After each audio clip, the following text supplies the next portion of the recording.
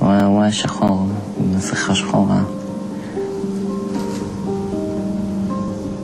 היה קרה בדיוק כשיצאתי מהשירותים וראיתי צל. ניסית לברוח? לא. כאילו כן, אבל לא היה לי לאן. ואז הוא הראה לי רק בכתף, ועוד עמדתי. ואז הוא יצא החוצה, ומרוב השוק לא ידעתי לאן לברוח, כי המקום היה קטן. ואז אחרי כמה שניות הוא הפעם נכנס והתחיל לראות, והוא פרי פגע בי.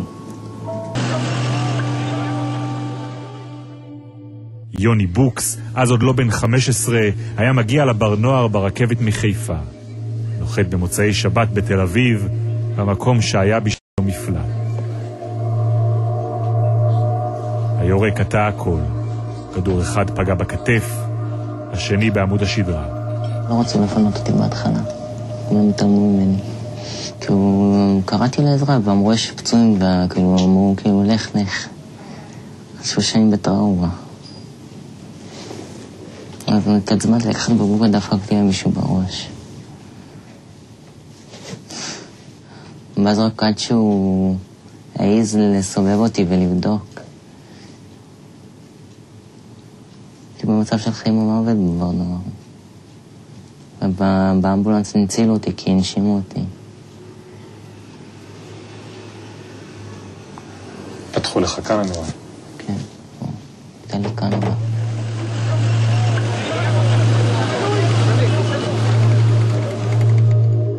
באמבולנס יאבד את ההכרה שלא תשוב אליו במשך שבועיים.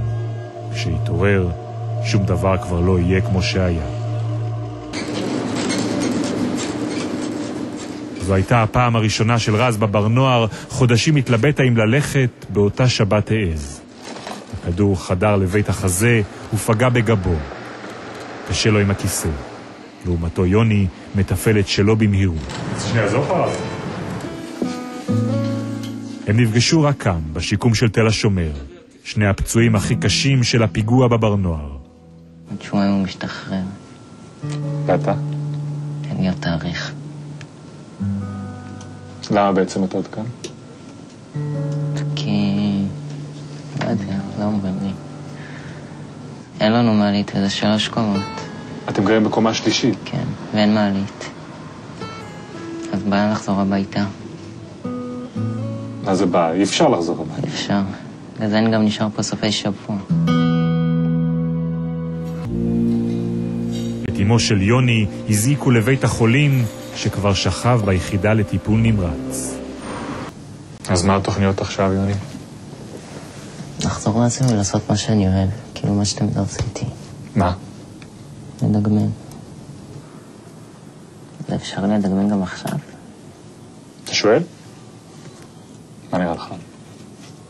על הכיסא הזה, כאילו מישהו על כיסא גלגלים. בטוח שכן. זה החלום שלי.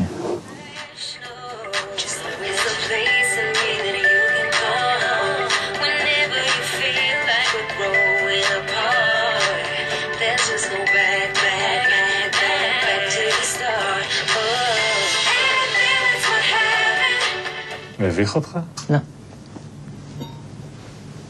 מרגיז אותך? לא. מה זה שלא רוקד? כן. מאוד מרגיז אותי.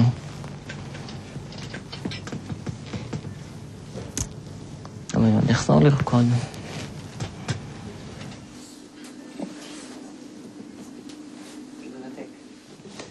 לא מתייחס אליי. מי? רב. לא? קצת. סתם.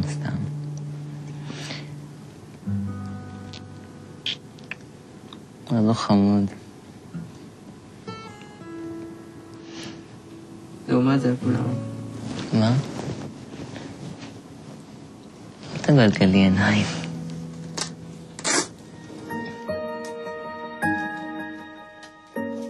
אם היורה היה מחבל ערבי, היה מצבם הכלכלי לפחות טוב לאין שיעור.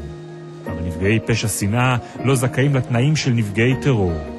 משפחותיהם נושאות בנטל לבד.